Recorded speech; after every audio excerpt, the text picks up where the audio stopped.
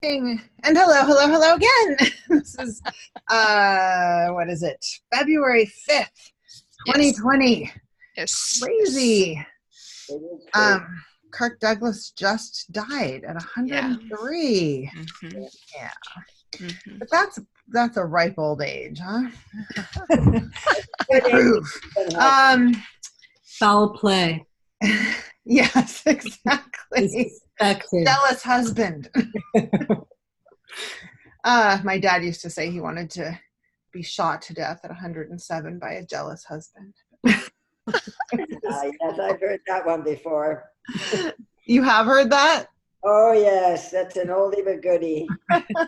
Yeah. So, Felicia is not feeling well and will probably not be on. And Jody is off somewhere having adventures. And let's see. Who else are we missing still? Sue. Where's Sue? Anyway, let's go ahead. This is such a small class. We sort of really have loads of time.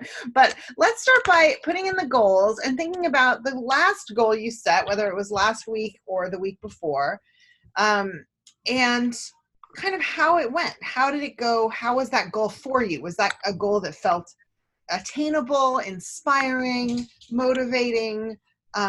If not, then you can start to think about how you language your goals and how you want to set them up for yourself. And then, stuff happens, but thinking about ways to provide support for your goals as well. So that's kind of the way the check-in part works. You can go ahead and put your thoughts in the chat.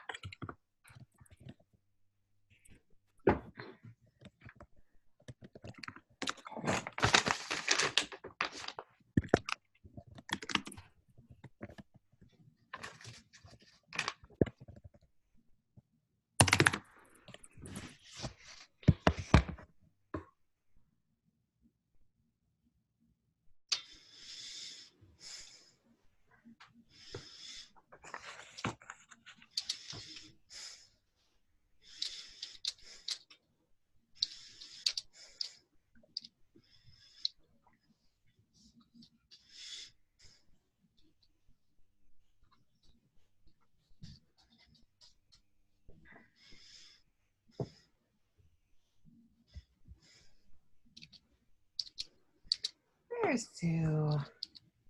Yay. Hi, Sue. We are just putting goals in the chat. How'd it go? What was it? And did it inspire and motivate you? Was it clear and achievable? If it didn't go well, is there something you can do to adjust the goal, the language of the goal, the support behind the goal, that kind of thing? So Aline says, my goal was to write a missing scene that I've had trouble writing. I got through half of it, but I got stuck again. Still, I got half done, which is awesome. And my goal for the next 2 weeks is to get the other half done. I can always fix it later, but I need it down on paper. It's interesting, sometimes when I get partway through a scene and it stops, I think, maybe there's a narrative impulse, like maybe that's, like a cut, like maybe we cut to something else, or, I don't know. It's just interesting to play around with what is slowing you down in that moment, Yeah. Totally. And play around with different ways too, like try it one way, try it another way. Oh, many times this has been done already. That's the business. It seems insane to anybody outside it. But yeah. Why do we do this again? Let me see. Yeah. Do you know what you're trying to get right? I do. I have to have this scene. There's no getting around it. Yeah. And what are you trying to make work? Boring. So So I'm trying to unbore it. Unbore? Yes, this is a good sort of craft topic, because So for example, sometimes a scene is boring because there's a lot of information that needs to be conveyed, but you know how to do that. Do you know what's making it boring? Yeah, it lacks passion. You know, most of the time, a few years ago, I got advice from an agent, and he said to me that what he wanted me to do was go home and spend at least a month asking my main character questions until she stopped being me. Then he said, then you can sit down and rewrite your novel. And that actually has been very useful to me, strange though the whole thing sounds. But what's happened to me in this scene is I'm me again. I can't seem to be my character. So now the first week I wrote the first half again, and it's better. But now what I did in the last week was basically go back to his advice and just ask her questions, not just anything the way he wanted me to do when I started, but I started asking questions about this scene. Yeah, that's and great. about the characters in it and how she felt about them and all this other crap that will never appear in my novel. Yeah, yeah. But the point is, I'm going to have to do that, I think, until she stops being me again and I can write as if she were telling me.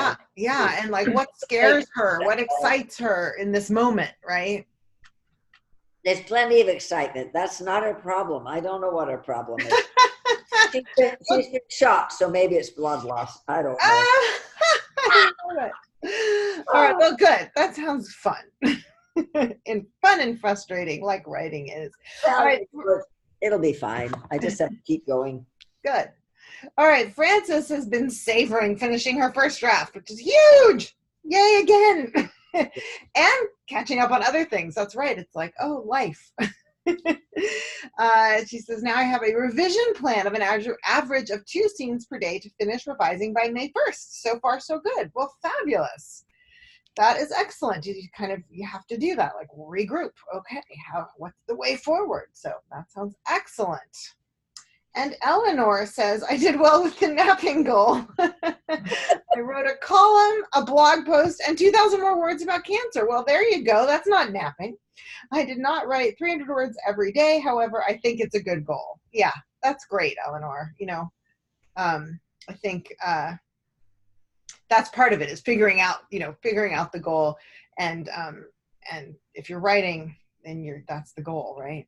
So, yeah, but I think consistency would also be a good goal. Yeah. And I did it for the first 3 days after we met. I did it faithfully every day. Yeah. It got me moving forward with the piece I was working on. So that was good. And then I slacked off and then I started up again. So it was kind of like that. Stop, start. And maybe that's where you go, by day 4, I need a cafe writing date, or, I need some. Yeah. Unfortunately right now, that's not in the cards. I'm in a kind of a weird liminal space right now. So whatever I can do is great. And eventually I'll be back out in the world again. Woohoo! Sounds good. Julia says, I think my goal was geared toward organizational bits, but I ended up not doing that and leaning into the writing because that's what was up. Same still, though writing this last few days has been thin to moving offices, so nonfiction a bit pressing. Yeah, and I think we even talked somewhere in all of this, we talked about your kind of letting it be an either or kind of goal so that whatever you're doing counts, Yeah. I was getting blurred on the goals here because I'm in your other craft and then in BIAY. So right. I'm like, it could be the same goal, and it's like, yeah, and then that's it. You can do that. It's a good idea to do that. Yeah. The goal should actually be the least creative part of your life.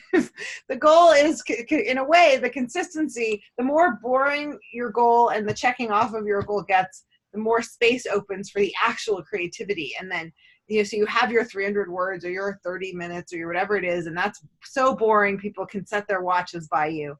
And inside that, who the hell knows what's going to happen, right? Those 300 words could take you anywhere. So, yeah. Glad to hear it. All right, Catherine said, I didn't fulfill my goals as set. I finished the 750 words for Sunday. Great. I only got 1 scene rather than 2 revised. Yeah, so again, part of it is, are you moving forward? Are you spending time? Are you sitting down? And then everything else is just your pace, right? What can you do?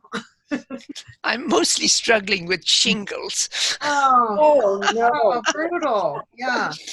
So anyway. Life comes in with its silly little plots and yeah. So good. Well, take care of yourself. Okay, thanks. The most important thing. Yes, thank you, Julia. So she'll slip off at 7. Let's make sure we write and read before then. Okay, so Sue, I did submit a piece of the Best Women's Travel Writing. Awesome. Yes, fingers crossed. But if that's it, you just keep sending them out. That's all you can do, and then just keep going and celebrate submitting. I right? said to her, she said, "Oh, you can take a few extra days. The deadline was the 31st." I was like, "I am ready to let this piece go. Just Good. take it." Fantastic. I love it. And then I also started another scene with my dog and saw a way through with the organization. Fantastic. Yeah. It is funny how something is like, how am I going to do this? How am I going to do this? And then the answer will come. Mm-hmm. It's from nowhere, but it's from the struggle. Exactly. Yeah. Well, fantastic. Good. All right, let's jump in. I do want to have Julia get a full exercise in here. And this is a dialogue. And let's see, I'm just going to mute everybody for sound quality. So remember, the first one with the T is the alternate week exercise, and it's pretty fun. So you'll do that next week. And then the second one with the W is where we're going to start from Trust Exercise, which won I think it was the National Book Award by Susan Choi. And this is really interesting. So the first one that you'll do next week is a little more, the proposition, counter proposition, a little more of a direct argument, although you'll also see that they don't answer each other directly, which is an important piece about dialogue. Everybody has their own agenda, and their agenda is usually not to meet and match the other person where they are and give the other person any information requested overtly or subtly. That is not usually how people are operating. They have their agenda, and they're going to keep coming at it from different angles, trying to get their agenda, and this person's over here with their agenda. And so there's a lot of crosstalk and things like that. So you'll see that more in that first example. But this one, what I love here, and I'm going to read it, but what I love is how the second character, or the first character really, keeps kind of redirecting the terms of the conversation, really challenging kind of how things are getting talked about, and always in some way surprising the conversation. So I'll read it and say a little more about that. So these are two friends who met were friends in high school, and Sarah has written a book about kind of based on their high school class, and Karen has sort of found her at a bookstore reading from this book to kind of maybe confront her about the gaps between what really happened and the way she's presented in the book. And Sarah, it turns out to be quite pregnant. Are you excited to be having a baby? Karen asks Sarah when rehearsal is finally over and everyone is leaving, while also talking, milling, smoking, and drinking. Oh, this is later, I guess, after the bookstore part. This is when they're working on a play together. I don't know, Sarah says. I felt like I had to have one. You felt that you had to have one, or you thought that you had to have one? Thoughts are often false. A feeling's always real. Not true, just real. I thought I had to have one, Sarah says after considering briefly. I really don't know what I feel.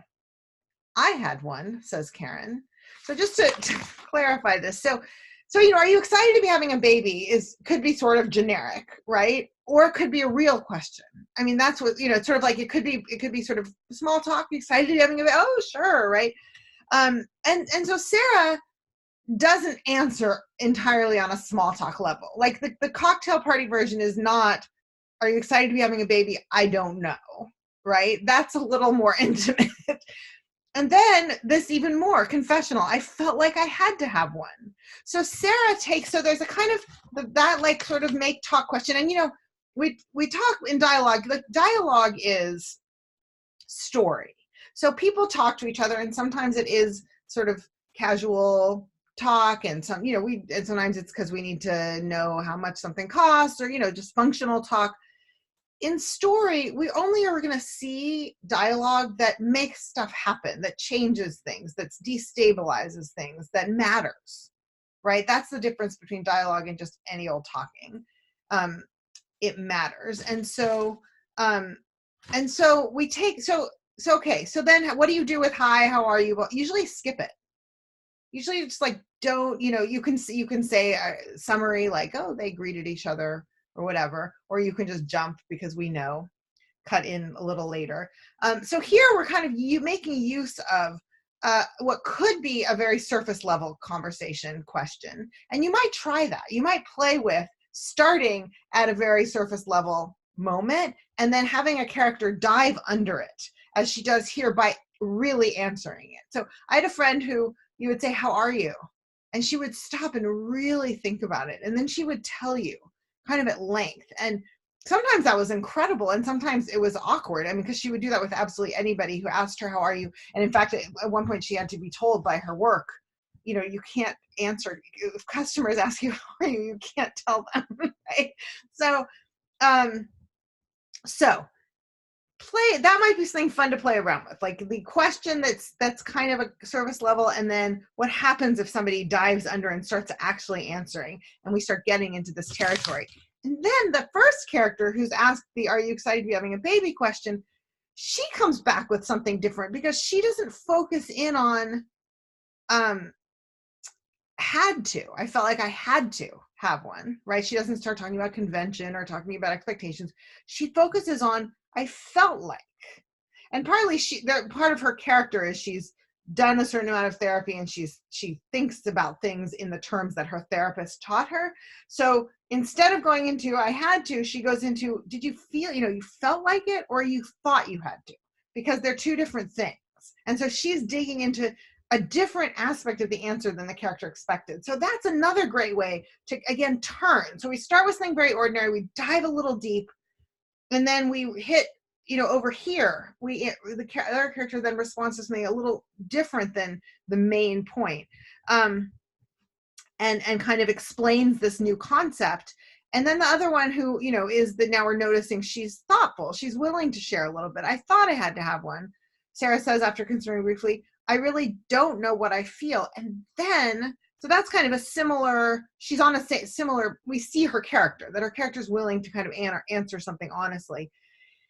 And then Karen responds with her own confession, I had one, which is actually that right after their friendship split in high school, she had a baby that she put up for adoption. And so that's like a kind of a confession about something that her friend didn't know about her, a revelation. So that really ramps up the stakes, right? So we can see how all of a sudden something that could be like, how are you? Are you excited? Oh, sure. Yeah. Well, hey, I guess you want champagne. You want some grape juice, and the whole thing doesn't matter. Now we're in story. We're in character. They're messing with each other. So let's take, let's do a 10-minute writing and play with any of that. Remember, the rules are right. So if that's all you have to do here is write, but you're welcome to play with any of the stuff I've been talking about, and enjoy.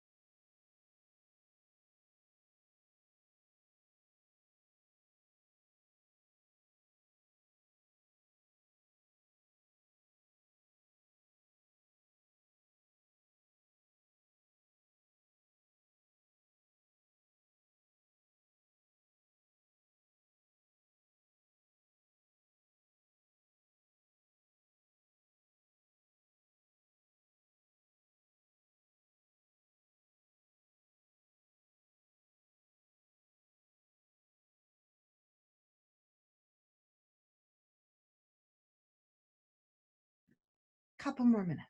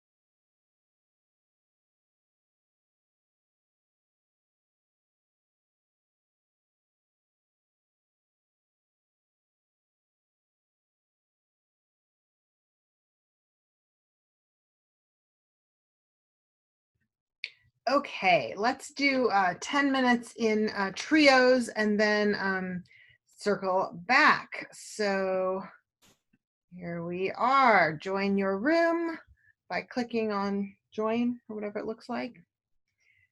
And I'll give you a couple minute warning.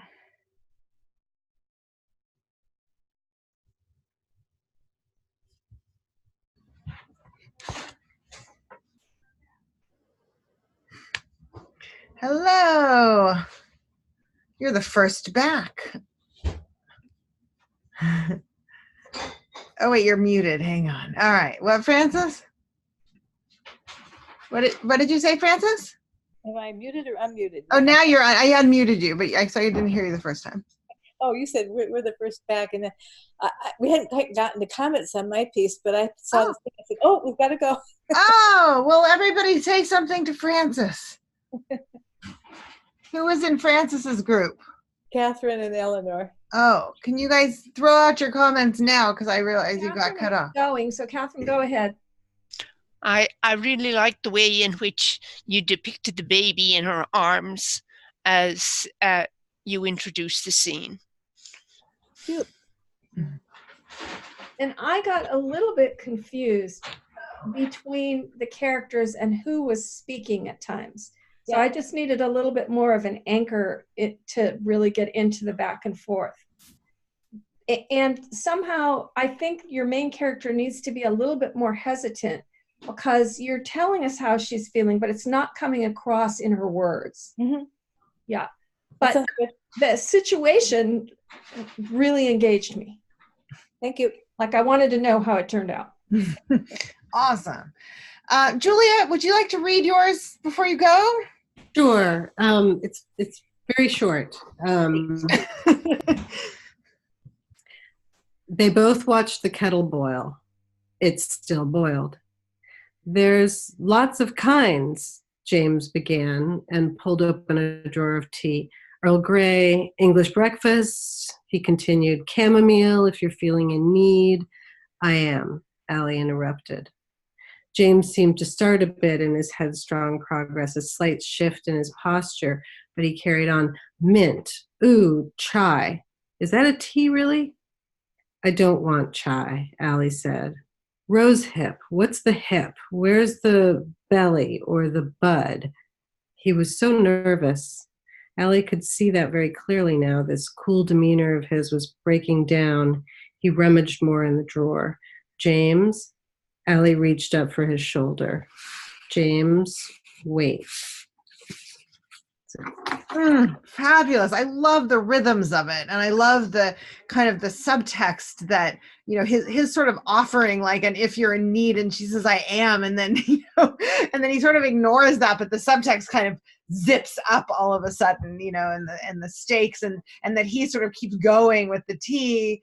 It's that wonderful misdirection stuff happening there. And I love that, that they watched the pot or whatever, but it's still boiled, right? There's just a lot of humor and tension in it. It really makes it pleasurable to sort of be in that scene with those people then. Yeah. Hey, thanks. I love this dialogue exercise because I'm just taking, like, I just went into a scene where I knew they were in a kitchen in a church, but hadn't gone further with it, and then just like went into this. It's so helpful to have these really concentrated exercises for me. Oh, good. Yeah, and you could really see how much the relationships played out, because of the way the dialogue was, the little awkwardnesses and stuff really pull out all that, emotion and relationship. So great. Thank you. Yeah. So you have to go, but yeah, I will sign off. Thanks everybody. Bye. Good night. Good night. All right. And we will go on to exercise 2. So I realized that since alternate week is only 2 exercises, that I could share both the middle exercises with you during my class, which I really wanted to do with this one in particular, because it's this technique that you'll see a lot, actually. It's a great dialogue technique, which is bouncing a word or a phrase back and forth, characters repeating parts of what each other say. This is just something I've seen a lot, and it's very effective. And I think it's because probably like the mimicry that people do, all those sort of sort of neurological things about facial mimicry and those kind of things. Well, I think people do it linguistically as well. And also so it also creates, so it has this sort of human meaning. It has this poetic meaning, not to say that poetry isn't also human, but it has this sort of psychological meaning and then this poetic meaning when a word gets repeated. And then of course, when something's repeated, it sort of shifts too. So there's a whole meaning kind of getting traded back and forth. So it's really fun. And I have 2 really different examples. And the first is a short one from the memoir Heavy, which we'll be revisiting in the 3rd exercise by Kiese Lemon. And it is this: I think you're hot, she said. You think I'm hot? I think you're hot. We turned around and went back to the casino. So it's actually, what they're actually talking about is, like, you have a lucky streak right now, right? I think you're hot. And so what's happening is they're leaving and she says, I think you're hot. And he says, you think I'm hot? Like, he's kind of testing it, checking it. It has this obviously like an erotic meaning too, but it's, it's about like, I think you're hot. Like, this is your moment, right? And of course, in some ways that's sort of a delusion, right? But we turned around and went back to the casino. So there's a lot going on there around what are we doing and what do we think is going to happen, and what kind of risks we're going to take with this gambling. But it happens with this wonderful echo, and you can hear sort of the power in that. That there's a lot going on in that but the language is this repetition. All right, if you flip over, depending on how your printout looks, the next one is from Erotic Stories for Punjabi Widows. Yes. Can I ask you one question? Yeah. So is there a way, so I read this as like, you think I'm hot, I think you're hot. So is there a way, do you capitalize? Do you italicize? Is there a way to indicate the words mean something a little different? Well, I think one is context, right? So I've ripped this a little out of context. So I think we know in the moment that they're in a casino, and they've left. They're leaving the casino, and on the way out, she says, I think you're hot. I think I'm hot. So I think when in the flow of the scene, you would actually know that. And I think because what he's doing here is we've got the one tag, right? So there's a lot of importance in the rhythm of dialogue. I think you're hot, she said. You think I'm hot? I think you're hot. So it's very abbreviated, right? And there aren't a lot of clues given to us right there, but it's this little turning point. So I think in the context, we know that this is about the casino and that sort of thing. Although maybe, it's an interesting shift too, because it could be like a pickup line, but they're focused on, the gambling, right? And so it pulls them back in. Well, but I guess if the context should drive it to be more obvious without having to resort to sort of tricks of grammar. Uh-huh. Yeah, I don't think I totally agree. I do not think you want to put like all caps or even, be heavy-handed with exclamation points, definitely, or italics or anything like that. I think Okay. you want kind of, like dialogue tags are a great way to set up rhythm. Punctuation can work. Like sometimes you'll see like little bits of sentences and those create beats, like a period, in a short fragment. But let's see. Let me just so just to give you the lead up of right before that, with $10,000 in my camouflage cargo shorts pocket, we got in Flora's Kia and headed home. A half mile from the casino, with thoughts of being stuck in a tiny apartment across the street from Vassar in our heads, I asked Flora if she thought I could hit again. So there's a whole context. I think you're hot, she said. You think I'm hot? I think you're hot. We turned around and went back to the casino. You were there. This is written to his mother. You were there. I should have asked you if you wanted to come home with us. It took 1 hour to lose every cent of that $10,000. I was not hot. Okay. That explains it. Thank you. And then, and then there's this promising, and he keeps using these wonderful little short things. But anyway, so there's some context, which it does make it even better. Yeah. So, and I love that, right? I was not hot, right? And that's like, so it's not even in the dialogue, but it's right. And I think it partly is about the whole sort of the way we can ramp ourselves up, right? In a moment, like, I think you're hot. You think I'm hot? I think you're hot. And that kind of the craziness, the mania of it too. So yeah, so that's I think where it comes in. Okay, here's another one which has a little more context provided. So this is a novel, and it's two daughters and a mother and a father, and it's mainly the father, and one of the daughters, Nikki, she wants to drop out of law school, and they're having this fight.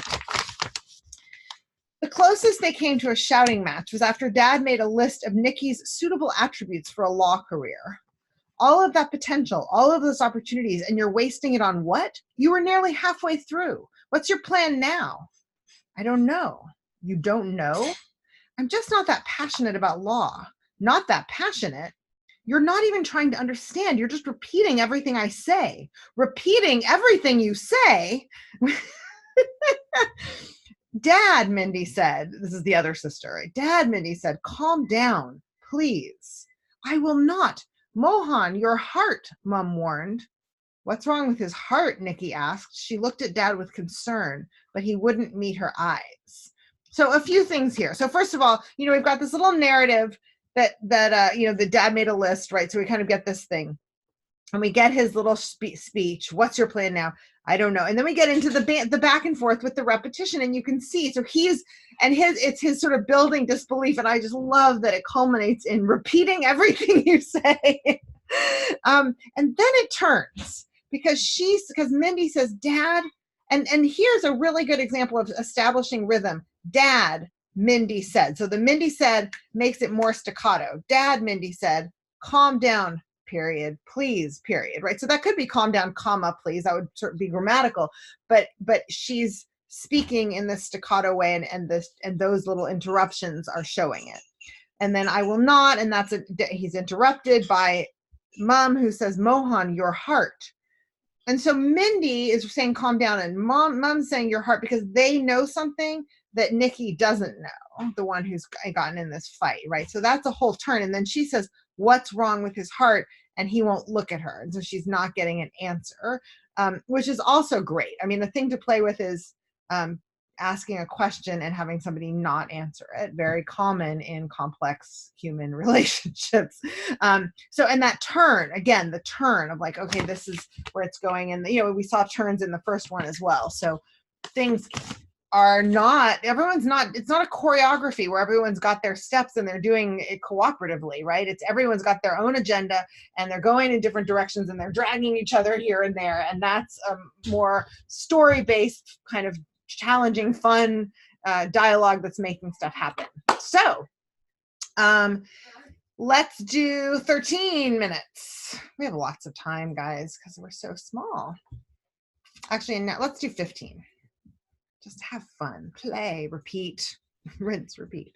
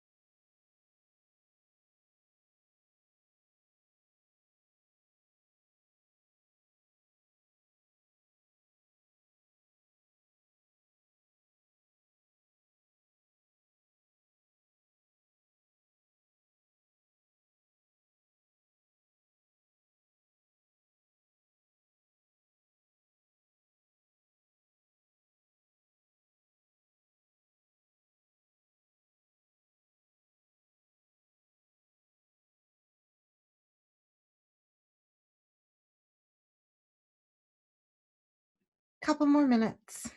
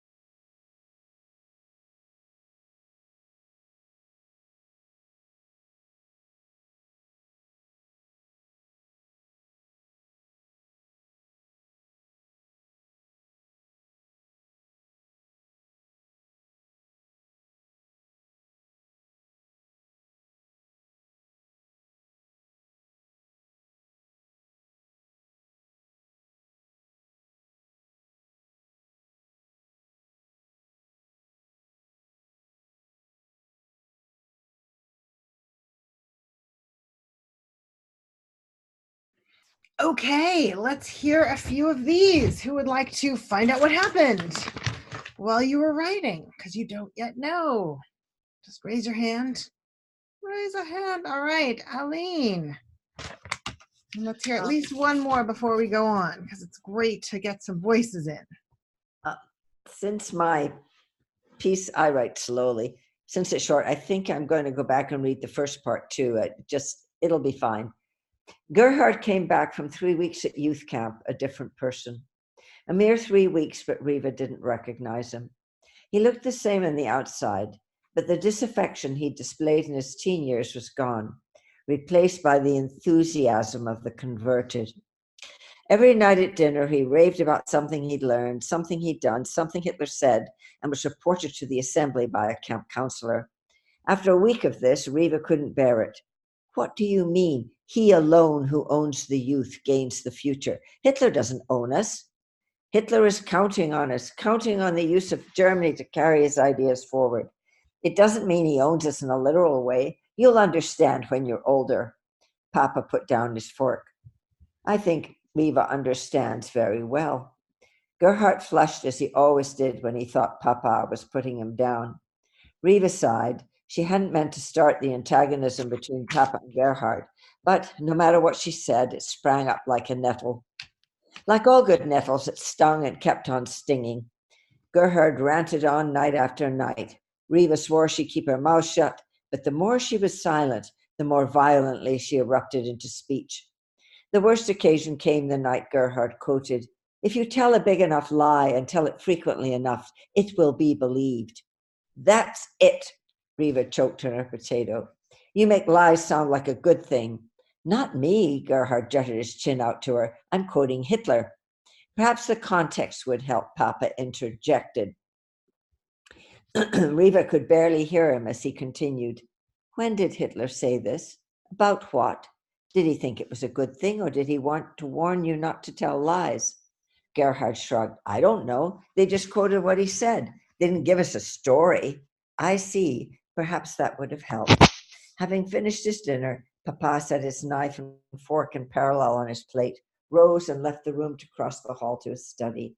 He didn't look back, not even as he closed the door with a quiet click. Gerhard tossed his knife and fork in the plate with a clatter, shoved his chair back. Why do you always make me look bad to Papa? He ran out of the room and thundered up the stairs, slamming his bedroom door. Reva picked up the dinner plates as she did every night and took them to the kitchen. Is this the scene? Oh, no. No such luck. Ah. I have to think about the other one too much. Yeah, it's interesting because there's a moment where he flushes, and I liked that physical description. And you say, as he did when Papa always put it, whenever Papa put him down. And I thought put him down is a little bit maybe anachronistic, and but I think you don't need it anyway. I liked having him flush, and then because at the end he says, you always make me look bad. Like it builds. You know what I mean? So she notices him flush. And it's pretty clear what has happened with Papa, and right then. But then it becomes articulated in the outburst at the end. So that's a small edit, but fun. Sometimes those little edits can just tweak up the tension. Well, you just barrel on when you start. Yeah, absolutely. That's what editing is for. So you can barrel on. Yeah, and then I think. I like that she's sort of restraining herself and then bursting out, and I like the use of the context, that he's giving this quote out of context. It sort of might have germinated when I was filling in the context for Sue right? It's like just getting a short thing out of context can be misleading, so I really like that. Well, they really are quotes from Hitler. That's crazy. Yeah. That's crazy. Do they sound familiar to anyone? I did not know that one. I'm not there to mind so no. I'm not a huge student of Hitler. Well, I wasn't either till I started this damn novel. Yes. Let's hear another one. Who's up? Who's going to read? All right, Eleanor. Oh, there you go. Megan's going to have a ton of questions for you, and you're not going to be able to answer them, right? I thought, and it's 8 days before Christmas. And when she was only 11 years old, she had to tell me Maya was critically injured. Her body hunched into the corner of the couch, her face white and pinched. She practically had to push me out the door to the hospital. I was that frozen. So it's probably best to wait. Makes sense to me, Lana said. You'll have some answers for her. But will I? I felt as if I was in a dinghy heading for a huge waterfall, the current sweeping me inexorably forward without a pair of oars. Will I have answers? Will you? Of course you will, Lana said, as if it was a given like the sun rising over the hills tomorrow. Why, of course. I mean, what if I don't? But you will, she repeated. Start making a list. A list? I felt dense as cheese. I knew what she meant, but in the moment I couldn't grasp the logic of making a list. You mean a list of questions? Yes, a list of questions. You'll think of stuff. Write it down. All I could think to write were imponderables that no one could answer. Cancer? What does it mean? How did it get there? Will I die? I can't ask that. I remembered a button I got after Maya died. It says, clinical studies show there are no answers. For the really big questions, there are no answers. Okay, I said obediently. Lana's dad had been a sergeant in the Army. She had a way of getting me to line up and salute. We first met in a corporate seminar. She claims she had to pester me to get me to talk to her. I was so absorbed in my own thoughts. I always have to remind her my mother had died 2 months before. I was a basket case. I'll be sending good thoughts, she said. Keep me posted. I thanked her and swiped off the phone. Suddenly, I was terribly tired.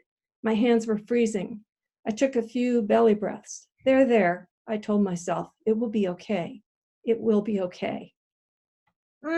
There's so much fabulous repetition in here, both the will I, will you, the bouncing back and forth all the way through to the there. And there were other moments too. I mean, you just used that technique in a few different ways that really wove together beautifully and kind of took this just the emotion and the clarity of the piece and kind of gave it this extra texture, which I really, really liked. It's yeah, I loved. I mean, you really took us through this whole world and this context in this moment of scene. And I love the swiping off the phone and then the sudden fatigue and the physical, right? That everything sort of shifting into the physical, very visceral. Yeah, Eileen? I was immediately hooked when you had this young woman curled up in the corner of the sofa. I forget how you worded it, but it struck me as just so vivid and so real that I was completely into the scene at that moment. Yeah, and then but you're able to simultaneously keep us, and this I think is why we're in this very specific scene, and we're getting the histories of the relationships and the different deaths and threats and all these things, but just beautifully clear. Yeah, it's really masterful. Thanks. It's a great technique. Thank you. Good. Yeah, great. All right. Anyone else have a burning desire to read before we write again? All right, let's write again. So the last one it kind of flips it to, and by the way, I haven't been very good about encouraging this, but it's great to have an active chat. That's a great place to put a line you loved or a comment like Aline's. Again, it takes a little practice, and we're a small group, but over time, I think then everybody can know after their piece is read, they can go into the chat, and not everybody feels comfortable doing it, and that's okay. Like I've had students who feel like it's too multitasky, and so you shouldn't feel badly about not doing it, but it is a great opportunity if it works for you to just throw a thought into the chat for each person who reads. So the last one is about what isn't said. And dialogue isn't just the words, it's also the gestures, the actions, it's the observations from the point of view character. So in a moment when someone's thinking or not answering, there might be an interior as well, an interior thought, often in contrast to the spoken dialogue. So there's all those different tensions, and then also what they see of the world, what they draw out and notice becomes really loaded with kind of emotion and meaning as well, because you're going to see one thing in one given moment and another, depending on your emotion, your mood, what you're thinking about, is going to determine what that character sees, and then bringing that in brings that vividly to life for the reader. So dialogue is all of those things. But dialogue can also be the things that people don't say. So in the next week exercise, you'll see that, it's a woman, the one that's coming, it's a woman whose boyfriend of 10 years has left her for a younger woman, and she's on her way to an academic conference, and the driver picks her up and starts sort of talking about how he might vote for Trump, and this is the 2016 primaries, and it's sort of what she would have said, what she would have said before, what she wants to say now, what she actually thinks, and then what she actually says, and then one of those lines of description. So that's a great piece you guys can practice with next week, or on your own. And then the last one here is also from Heavy, this memoir by Kiese Lamon. And this is, I pulled a couple different examples. So again, he's writing, the whole book is written to his mother. And so one example is, I texted you and asked if we could meet at the casino. And texting is a form of dialogue, right? I didn't tell you I needed help. I didn't tell you I was scared. So just in a very simple way, here's what I said, and then here's what I didn't say. Here's what I didn't tell you. And then a little bit later, he's saying, she texts him, here for Sue, context. The mother texts him, what does she text to him? She says, she has a long text. Is that right? No, here we go. Yeah, she's telling him, don't put your hard-earned money into the machines. Do promise me you'll lose weight. Consider getting married. But she's like sort of texting him all these promises, and he's saying, I promise about some of them. And then she says, promise you'll get married and have kids, or consider it. You'd be a great father, blah, blah, blah. To promise me you'll consider getting married and having children this year. And so then this is his internal response. So not what he says, but what he wants to say, right? I wanted to tell you that I'm afraid to bring a child into the world because let me just go to the book. I wanted to tell you that I cut out part of it because, here we go. I wanted to tell you that I'm afraid to bring a child into the world because I do not know how to protect my child from life. From you, from our nation, and from me. I worry about the possibility of our Black child feeling my touch was violation. I wondered what our child would see when I was scared. I wondered what they'd hear when I was angry. I learned indirectly from you that we cannot responsibly love anyone, and especially not Black children in America, if we insist on making a practice of hiding and running from ourselves. I wonder if a part of me wants to hold on to the possibility of hiding, running, and harming myself. I cannot do that if I have a child. And there's actually like, so that's like the sort of the second long paragraph of kind of what he wants to say and what he's thinking and worrying about. I did not have the courage to text you any of that. So instead I wrote, I promise we've come too far to turn back. So it's very powerful. And again, this can happen in texting, but it can also happen where someone has a thought and then what they actually say, right? And to actually even use the language of I wanted to tell you, or I didn't tell you, or I couldn't tell you, right? What are the unspoken things that are there, but they can't make it all the way out, and what gets said instead? Because there's so much powerfully that dialogue is about that gap between what's known and what's actually spoken, or even sometimes what's not known. So a really great thing to play with. So even you could even do a free write with I wanted to tell you, or I didn't tell you, or I couldn't tell you, and then think about maybe somewhere in there what actually gets vocalized in all of this. And it might be opposite, it might be part of it, it might be, who knows. See what happens. Okay.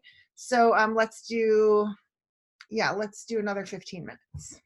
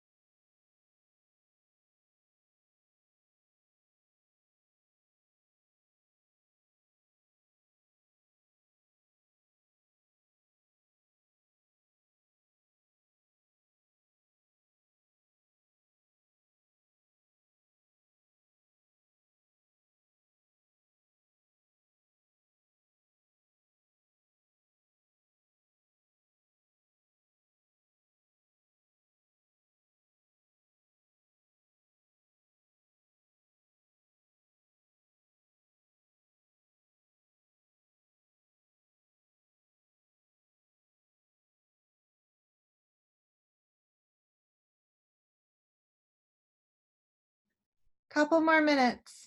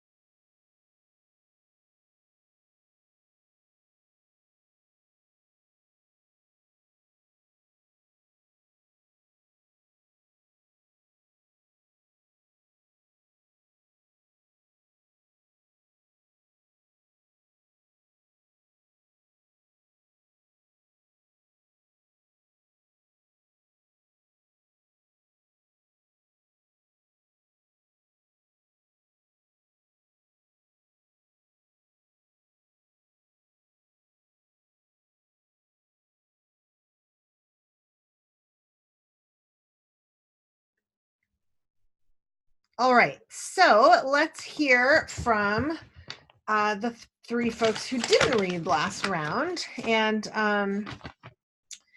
if you elect to read from the second round or the first round, just let us know which one you are reading. Frances, you want to start? Sure. It's not got as much dialogue as I wanted That's in all here, right. but You get to do whatever happens. It's all right.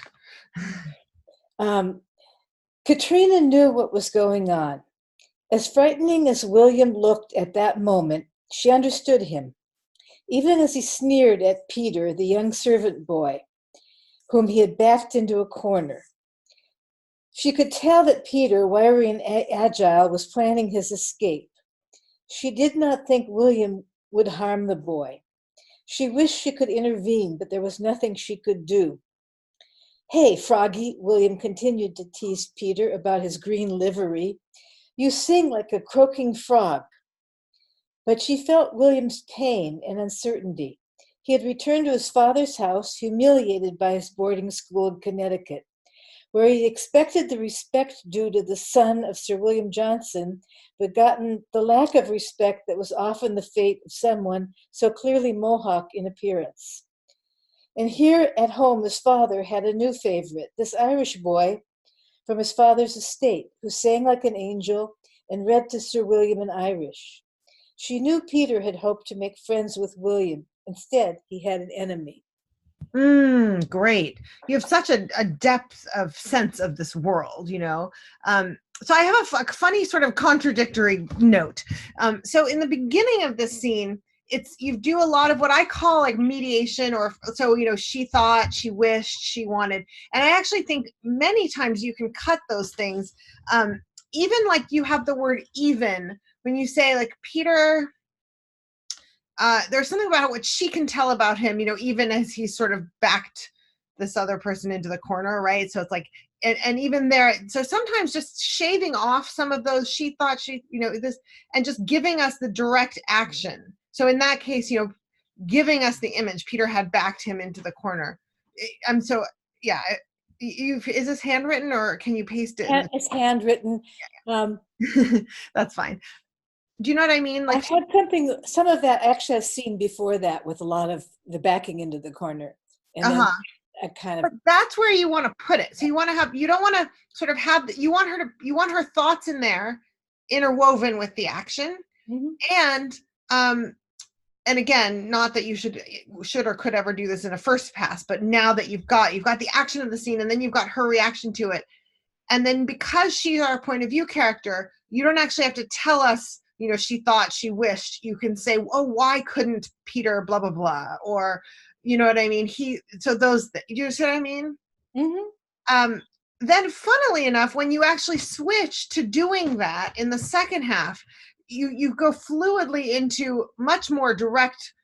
I know it's still filtered through her point of view, but it's telling us about Peter in this beautiful and direct way. But funnily enough, that I wanted to know, had he told her this? I wanted to know then how she knew all that she knows, or if she's guessed it. So that's where it's sort of contradictory, because I feel like in the first half, you give us a lot of the she thought, she wished, whatever, and I think you don't need it. We know it's her point of view, and you'll see that those sentences are very strong.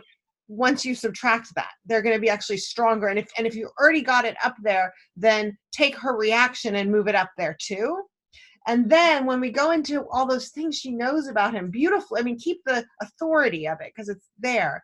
But I'm curious if he's confided in her or if she's noticed things. She has known that one of his big things is really to get to know the Mohawks.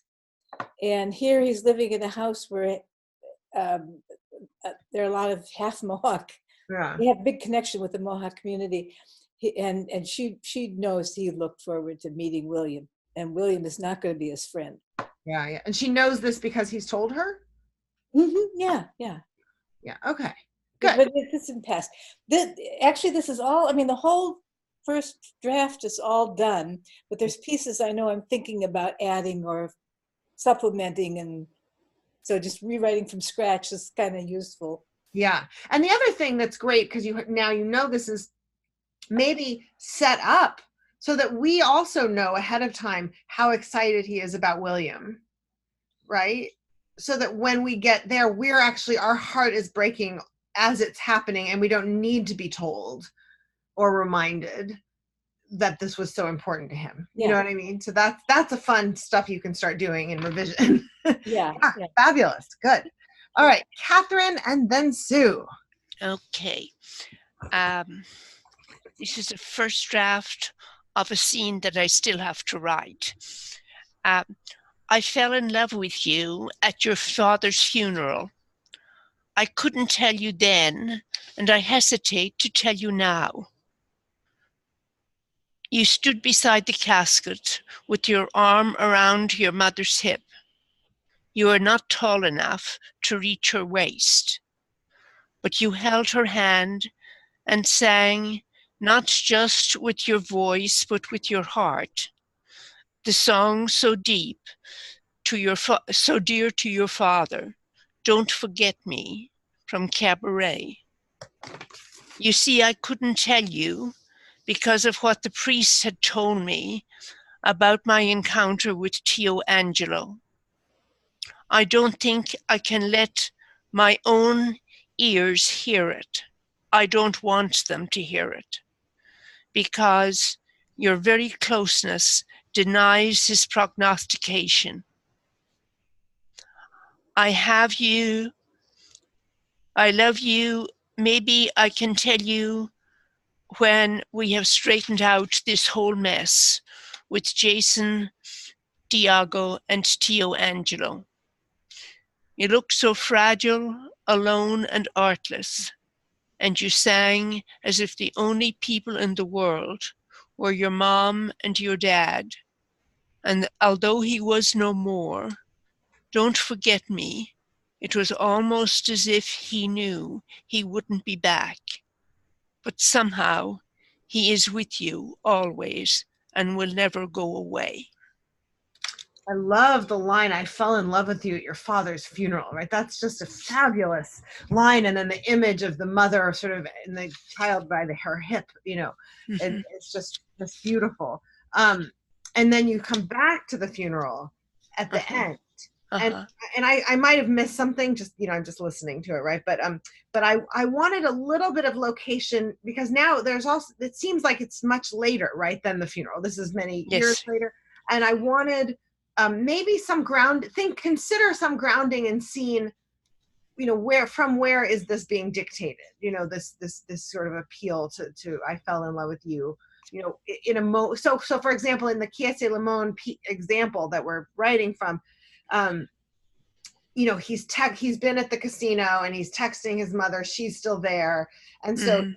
I don't know. Oh, I see. So Yeah. where is your character in this moment, in the present moment? In this moment, Felicia is his best friend, but when he saw her, it was her father's funeral when his remains were brought home And, from the first Iraq War.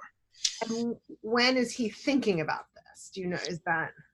He's thinking, how old was he? Well, how old is he now? Like the narrator. He's about 17 now, and he was only about 7. And then, when so where do you have a sense of like where he might be physically in the world while he's thinking this? Is he actually seeing her? Oh yeah, it's following the scene with his principal, who told him that the professionals would take care of everything, and he's turning to Felicia to help him put the plan together for the bomb shelter. Okay, great. So in the same way that you have that beautiful image of the mother holding her, right at her Mhm. head, that just grounds us. And so see if you can give us a detail from this present moment, the 17-year-old moment, that just grounds us similarly in the Perfect. physical scene. Yeah, beautiful. Thanks. All right. Thanks. Sue, you have to unmute you, please. Yeah. Thank you. So this is a piece from, so I am with my fairly new boyfriend, and I have found out that my dog back in the US is dying, but we're on our little holiday that was previously planned. So great, good tension. Yeah, we've arrived at the place. Sue, how are you feeling? Asked Chessie, interrupting my perusal of the kitchen stock. I'm better, I think. Almost hungry. Do you feel like eating? I could cook for us. I saw a grocer on the way in. Why don't I get fresh supplies, make something soothing? Some pasta, a light sauce, or even broth. You can relax. I could use a bath. That would be relaxing, I think. You soak, rest. I will shop and cook. No worries. I nodded. He had cooked for me before, picking up supplies from the world-famous Sydney fish market, a half-mile from my apartment, and prepared cioppino with such a strong seafood presence, it made me shampoo my hair twice and leave both patio doors open for 2 days. With incomprehension and concern. Sue, what is the matter? Why don't you close the doors? It is so frio. I couldn't explain, as he would not comprehend my distaste. My response betrayed my Midwestern upbringing, suspicious of fish in any form other than breaded sticks, not named Mrs. Paul. My Italian tradie boyfriend, a construction worker who made as much as I did with overtime. Good unions in this country. University was never a consideration for him. A lovely bloke, but never to be mistaken for an intellectual. My aborted Italian studies in San Francisco, born of my love of opera, found a new purpose. I asked Chessie to teach me Italian, hoping our mismatch in education might dissolve when I am grappling with another language. All right, great. So I love the seafood thing. But what I will say is, so I think you wrote this out, and now you've got a whole bunch about the character and the class difference and all the really interesting stuff. And I think ultimately that will go somewhere else, because you've got this fantastic tension about the dog, the dog, and he's sort of trying to take care of her. And I think you can slow down in that moment. How is she reacting to his offers, and is she trying to show up in some way for this romantic vacation, or is she letting herself grieve? Is she letting, what does it mean if she, you know what I mean, like whatever's going on, whatever's up that is going to, because those are character revealing moments, right? How am I going to act when I'm supposed to be doing this thing, but this is actually happening? How is he going to react? And so you set it up really well, and then you kind of went into the backstory about him. So I want that earlier, like before the tension, or later, but probably earlier. You know, and that can even add to the tension. Okay, this is going to be our great way of connecting through learning Italian and having this sexy vacation, and instead it's going to be this grieving, and you know, right? So anyway, so it's great. It's all usable, and it's just shuffling it around, and now dig into that. What's going on there? You know, it's fabulous. I should just say it's a very weird connection. I have different pieces already written, and this was a new piece. But actually, this vacation was bizarre in the sense because we had sex for the first time. So I write all that. So that's it's a whole nother kind of thing. But the learning Italian was a kind of a previous thing. So that will come before. Yeah. And it's all very interesting because this is sort of about kind of the travel adventure versus the real life back home, right? So it makes sense, all of those things. First time things are very dramatic and narratively powerful, and, you know, all the sort of the learning Italian, all of that, and then this contrasting weight, you know, so good. It's going to be good. Thank you. All right, great work, everybody. We used up our time by writing a lot and sharing, and well done. And so let's go ahead and set goals for the coming week or 2 weeks, and think about. Did anyone do the alternate week writing? Who did alternate week? Anyone? Yeah. Tried, but I couldn't get on. Oh no. Yeah, I could get on, but I couldn't make myself heard. And I just quit. Try getting on a couple times? Yeah, and you know, they made all kinds of suggestions, but I had done all of those things. Weird. So don't forget, you can always phone in on the telephone, and you can even still have the screen going, but you can be talking on the telephone. Okay, So I'll try that if I have. Okay, thank you. All right. Well, good. So, yeah, you guys get some good writing done then. It was very good. Good. I'm glad. Yeah, I like that last one a lot. Oh, good. What you can't say. Yeah. Because when you have cancer, there's a lot of things you can't say. Right. Yeah, there's so many things too, like in this culture, that are sort of like secrets, like you know, that we just don't talk about. But everybody, you know, people eventually everyone's going through them, but otherwise we pretend they're not happening. Yeah. There's a lot of that. Yes. The public face. Yeah, exactly. All right. Finish the scene. Excellent. Write 300 words, 5 days a week, more napping. All right, I'm with you. More napping. Good plan. More napping. It's only been 4 weeks. I keep reminding myself. Yeah. 4 weeks. Major surgery. Come on. Exactly. Stay with it. Give and yourself a break, what people recover from, but it just takes time. Yeah. Yeah. Catherine, continue with my revision using some of your craft strategies. Excellent. And you know, you can always go back and watch the video and do it again if you want. It's there for you. Watch the first video.